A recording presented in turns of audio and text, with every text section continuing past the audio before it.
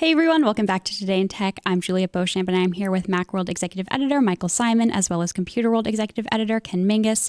We are live on LinkedIn as well as on YouTube, so if you have any questions or comments while we are talking, please do let us know in the comments or in the live chat if you're watching over on YouTube. We are back after a little bit of a break, a little bit of a holiday break, and certainly happy to be back. And on the topic of holidays, holiday shopping season is quickly approaching. Black Friday is in just about a week from now. And if you've been, purchasing or trying to buy any sort of tech product, phone, laptop, tablet, whatever, you've probably already been experiencing supply chain issues, longer wait times, and the holiday shopping season is probably going to further complicate that. So I wanted to talk a little bit today about these wait times, sort of what, tech buyers of all kinds, whether you're shopping for the holidays or just, trying to get stuff in before the end of the fiscal year, what you kind of need to be thinking about. So, and how long you're going to be expected to wait for these products. So, Ken, you have some, personal anecdotal experience. Certainly, there's a long wait times. Gets all of his products on time directly from Apple. Tim Cook delivers it to his doorstep on launch day. All right. So to refresh. Black Friday is traditionally the day that put retailers in the black for the year because of all the sales after Thanksgiving. So I had no idea where the name Black Friday came from. I thought a little bit of Ken history. Is correct. That makes a ton of sense. Be correct. Yeah, it's called Black Friday for that reason. Of course, as we all know now, Black Friday really begins on any random day when a retailer decides it wants to start pushing some sales and deals and things. Yep. And this year, it certainly seems like they've started earlier.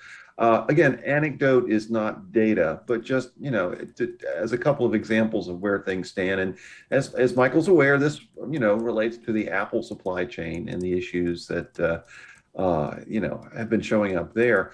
The new MacBook Pros, which were released last month. Which I believe you have. So the Ken Mingus supply chain is not but the here's Apple the deal. supply. But this is the anecdote. No, listen. So I ordered it like the day of with a, so that was on October the 18th. And even though I'd ordered it the very day they were released, the shipping date was going to be somewhere between November 9th and November 16th. So that, that's pretty quick for them to sell out of the, a high-end product like that. I was lucky in that when they arrived in stores a week later, I was able to snag one at my local Apple store here in Raleigh, North Carolina. Since then, I've been checking daily, and the 14 and 16-inch MacBook Pros are generally available briefly when they get a little bit of stock, but most of the time you check, they're not available.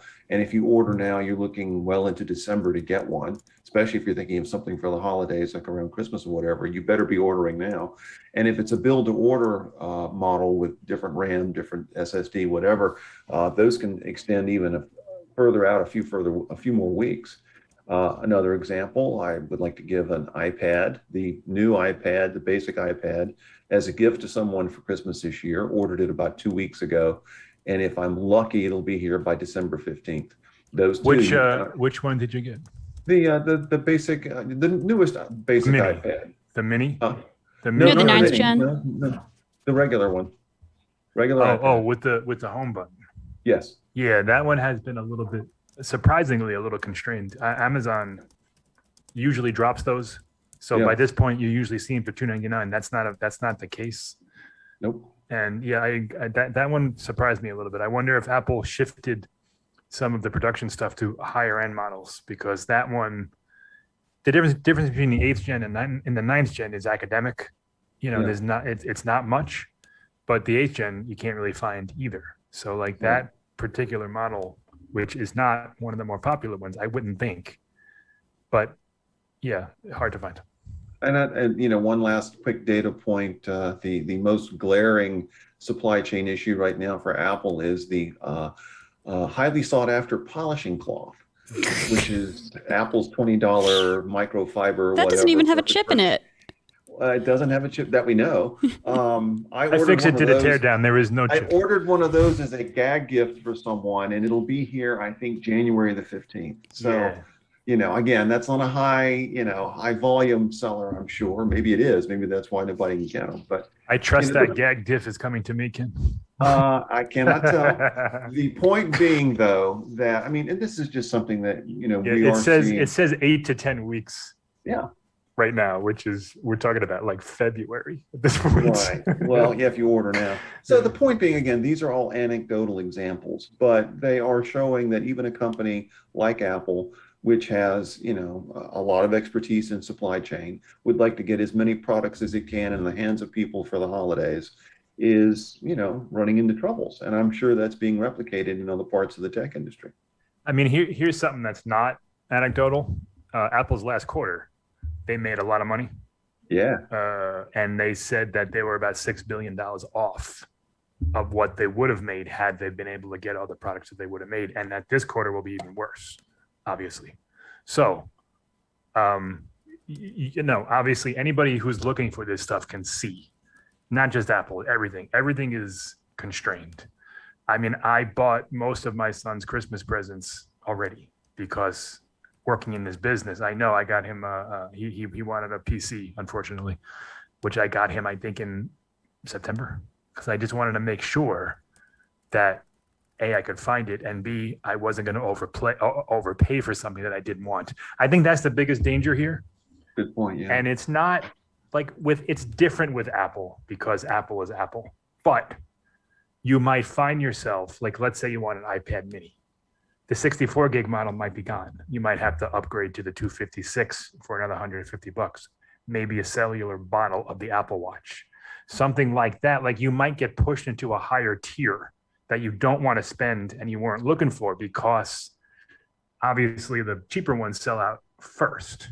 Sure. So the $399 Apple Watch, $399, $499 Apple Watch, like, they'll be gone. Not $499. What is it? $399 and $429. Is that the prices, Ken? I think so. Yeah. Yeah. So like they'll be gone. Like the aluminum Wi-Fi models is what I'm trying to say.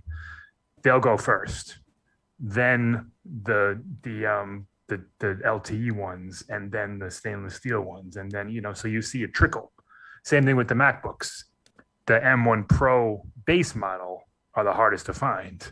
If you get a Max, I mean, those are hard to find as well, because Apple didn't make as many of them, but some of those lead times at some of the stores like Amazon and B&H Photo, they're actually less for the $3,000 one than there are for the $2,000 one, because people are snatching up the lower end models.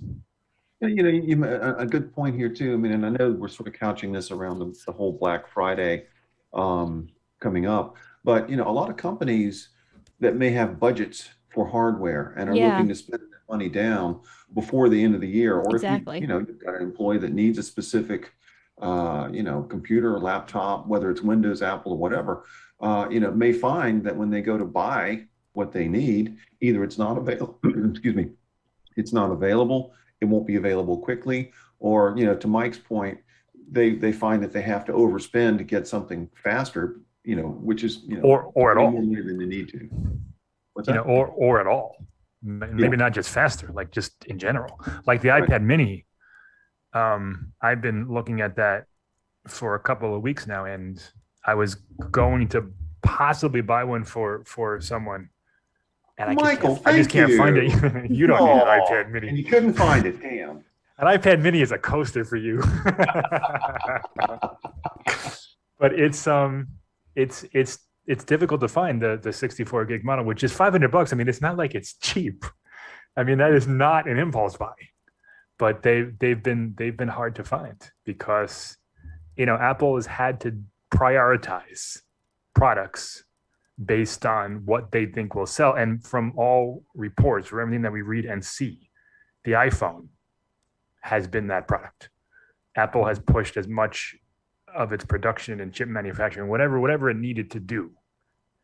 That, so right after the iPhone 13 went on sale, those lead times ballooned, and they've slowly kind of come back. Yeah. And if I can look quick at the iPhone, I think we're talking about a week or two. Like they're delivering relatively soon. So I'm looking at the iPhone 13 Pro real quick. Yeah. 128 gigs unlocked. And in the meantime, while you're looking for that, Mike, I know I've read a few articles that have said, the wait times for I mean, certainly hardware in general, and like if you've been buying hardware, you know this to be true, that but compared to the previous year, the wait times are much longer, but they have moderated a little bit. So they're slightly better. Yeah, so I'm looking at iPhone 13 128 Pro, the iPhone 13 Pro, December 6th through the 13th, that's well in time to get it by Christmas. Usually at this point, so now we're talking about what, 2 months?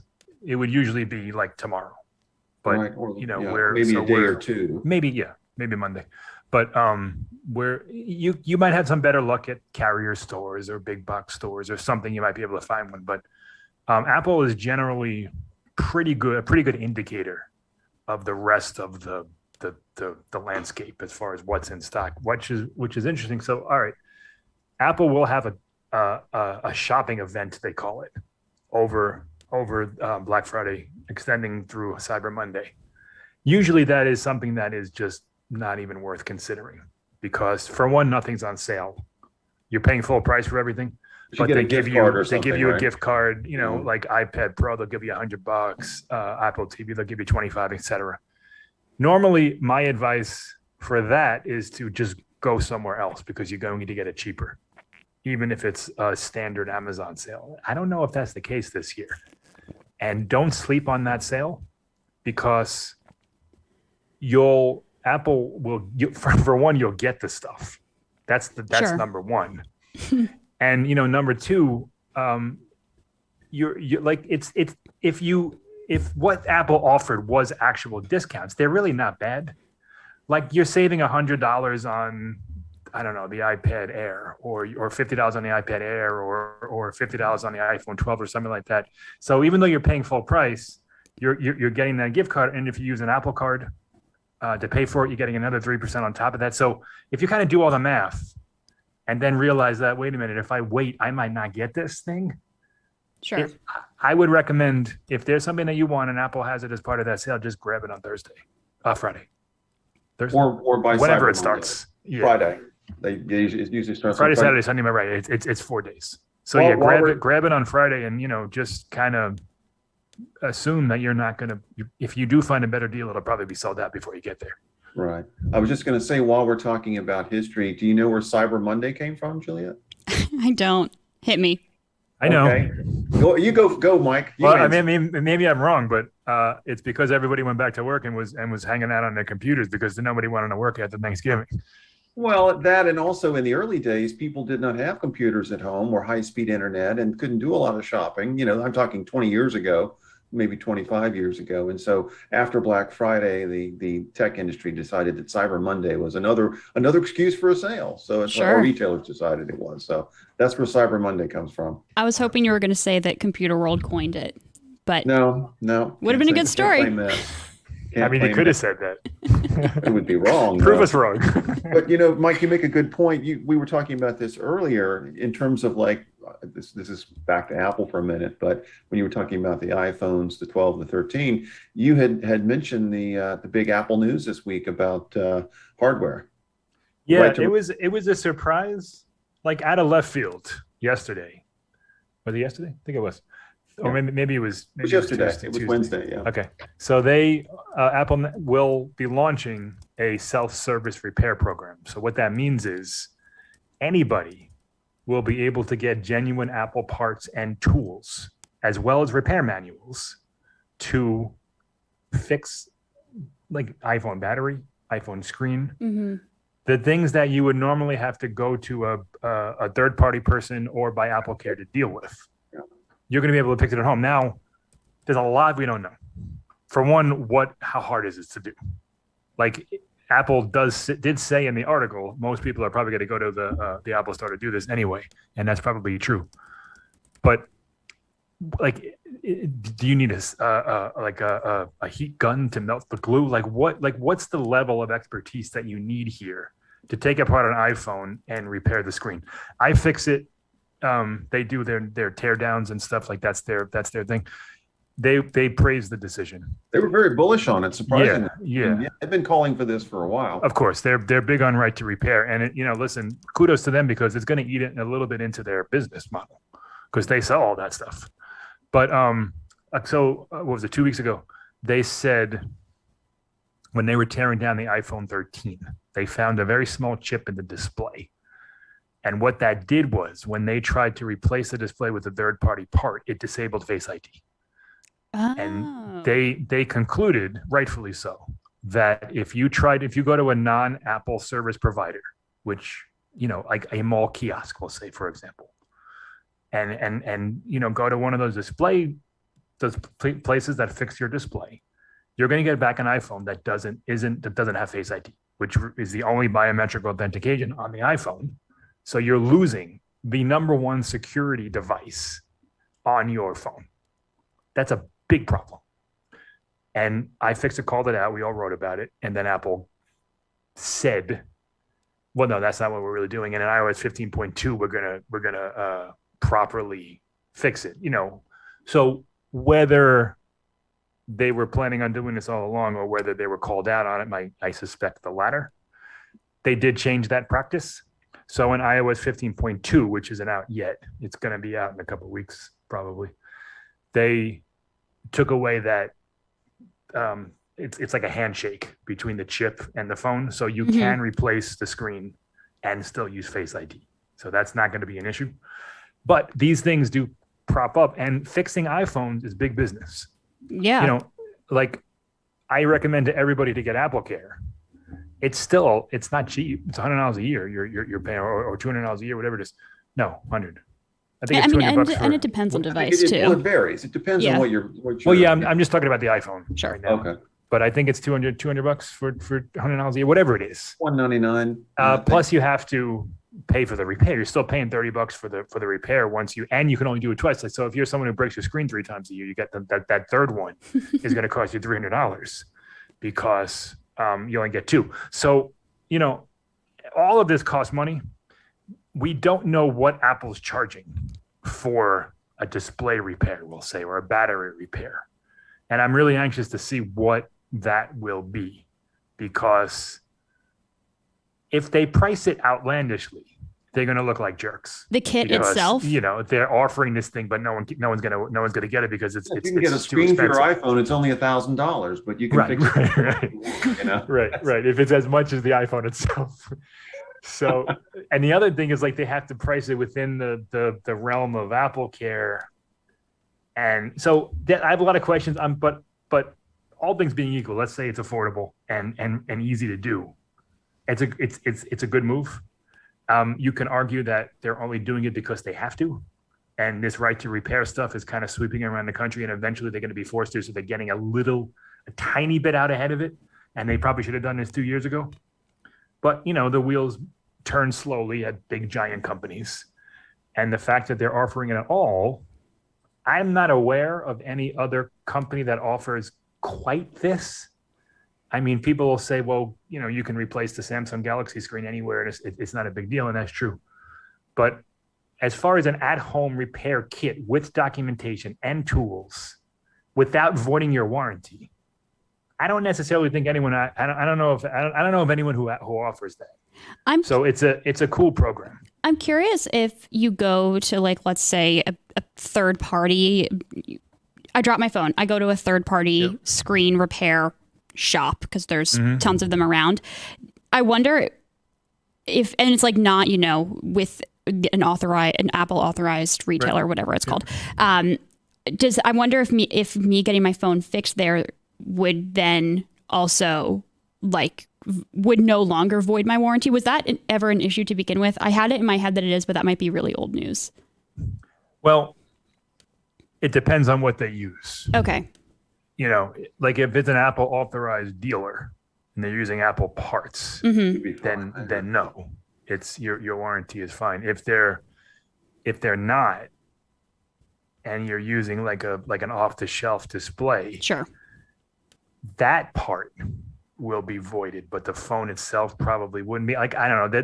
There's a lot of grayness there as far as what Apple will and won't do. But my understanding is that if you got your display fixed and they threw in some part that wasn't Apple, and let's say the camera had a recall or something, Apple would fix the camera, but they would charge you to fix the display if they needed to do that. I think Sure. that's how that works.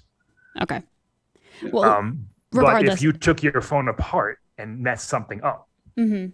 That's on put it you. back together and it didn't work, that's the voiding of the warranty part, which Sure. is a fairly commonplace occurrence. Yeah, I don't. Yeah. I don't think Speaking we can from blame experience, Apple for avoiding a Putting these warranty. things back together ain't easy. Your phone. And it's not those. Look, the thing about it is, I wonder about this is how many people are really going to do this, because unless you're really into technology Yeah. and have very steady hands. I mean, I haven't taken apart anything Apple in years, but I did, 10, 15 years ago, take a MacBook Pro apart, swap in a new hard drive, Sure. do things like that. And and this was, 15 years ago before they started gluing things together and using these weird screws and things. It was I like closed the door, turned off all the noise, turned the lights up, and was scared to death I was going to lose the screw somewhere. It's not something Yeah. you want to just undertake lightly. Yeah. No, you have to be prepared. I did the same. I had to replace a MacBook keyboard a bunch of years ago. And I had labeled cups. Yes. It took me days, because you got to be very careful. And that little thin you gotta ribbon take connector these that you got to things- disconnect right. just It's right, because if you break exactly it, right. that's it. Yeah, Yeah. and I ended up. It was successful, and I was very proud of myself. But you have to want to do that, like casual iPhone fans. Grandma's not going to be repairing her No, iPhone. or not even grandma. Like Juliet, would you want to do this? Yeah. Yeah, absolutely Like I not. think there's most people that would say, well, I'm not doing all that to save Yeah. what? Maybe $20. Maybe I'm not saving anything. So Apple offering it is mainly for people like enthusiasts Mhm. who want to do this and might even just do it because they can now, whether or not they can do need it. to. Yeah, Right. I get that. Right. Yeah. Yeah, I think that I just remember there's certainly people in my life that can take apart an iPhone and put it back together. And it seems like this would be a good opportunity. Yeah, for them. They drop their iPhone and they're like, I can't get into the Apple store I can't get my phone fixed for another 3 days, but I can get a kit right now, get it fixed like that because I already have the skills and I know how to do it. And cherry on top is this that this isn't going to avoid my warranty. So yeah, that makes sense. And to your point, Mike, there's a lot of right to repair legislation in various states. So it does sort of seem like any companies that adopts a similar policy is just going to be sort of getting ahead of this legislation because And like I said, I don't think this is going to necessarily be something that's super popular. sure. But it's just one more legal thing that Apple can do and say, well, we do allow this. It's like the App Store stuff. They change the rules when When there's pressure. when the pressure gets close enough, and they say, okay, so this is going to be an issue, so we'll tweak this. And it's always the bare minimum. Like, this is a cool program, but it's the bare minimum of what they can do. They're saying, okay, now you can buy our parts. Okay, great, that's cool. But really, what are you changing? Nothing. The iPhone's going to be just as difficult to repair as it always was.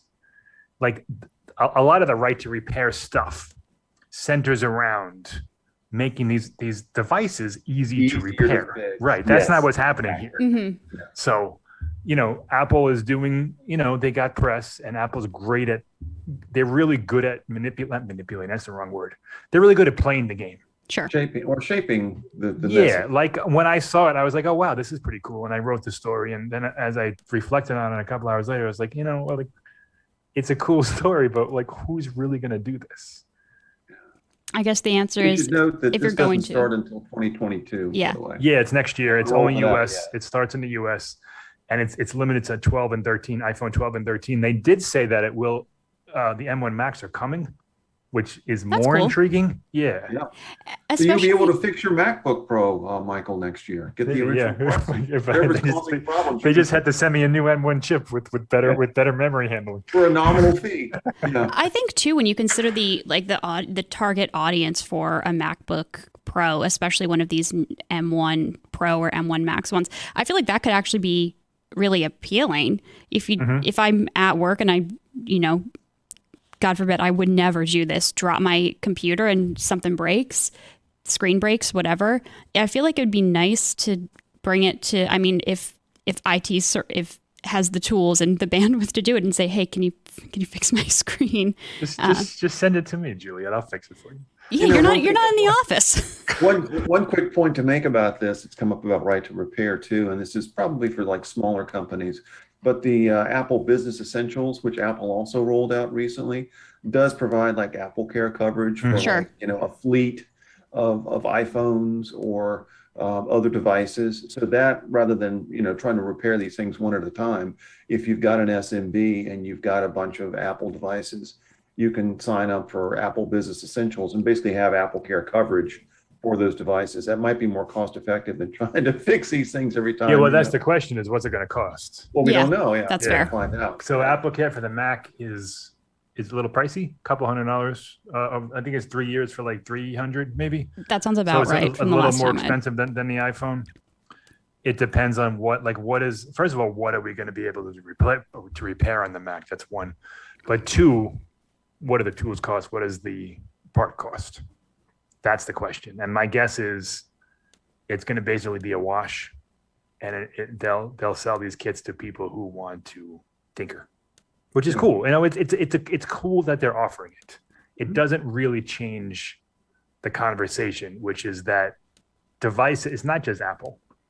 Modern electronic devices are extraordinarily difficult to repair, and that leads to e-waste.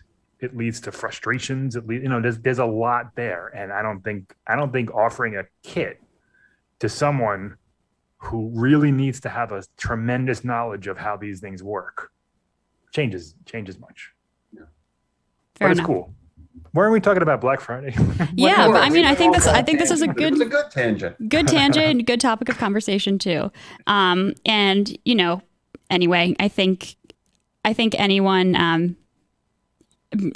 who's interested in buying anything period, because there's also not just anything dealing with the chip shortage, but just supply chain disruption and shipment right. issues. It's everything: cars, toys, Yeah. smartphones. It's not just electronic devices. Yeah, I am. Fortunately for me, sorry to everyone in my life, no one is getting anything electronic, so maybe it won't affect me as much. But I still am going to be taking advantage of Black Friday because I have a lot of things to buy for people, and I would like to get it on somewhat sale. So, Coming soon. yeah, great. Well, thank you both so much. I think even though there was a little bit of a right to repair and self-service repair tangent there, I think it was certainly valuable information. I'm glad we talked a little bit about it. And I really appreciate you both calling in. Thank you so much. Thanks. And thank you all so much for watching this episode of Today in Tech. If you liked this video, you can give it a thumbs up. And if you were watching on LinkedIn, you can head over to our YouTube channel, IDG Tech Talk, where you can like the video there and also subscribe to our channel and hit the bell icon so you're notified every single time we post a new video. If you have any questions because we're watching live and we didn't get to it, or if you're watching after this is no longer live, please do let us know in the comments below. Just a quick programming note, we will be off next week for the Thanksgiving holiday here in the US, but we will be back the following. So if you're in the US, have a great Thanksgiving. Thanks so much for watching.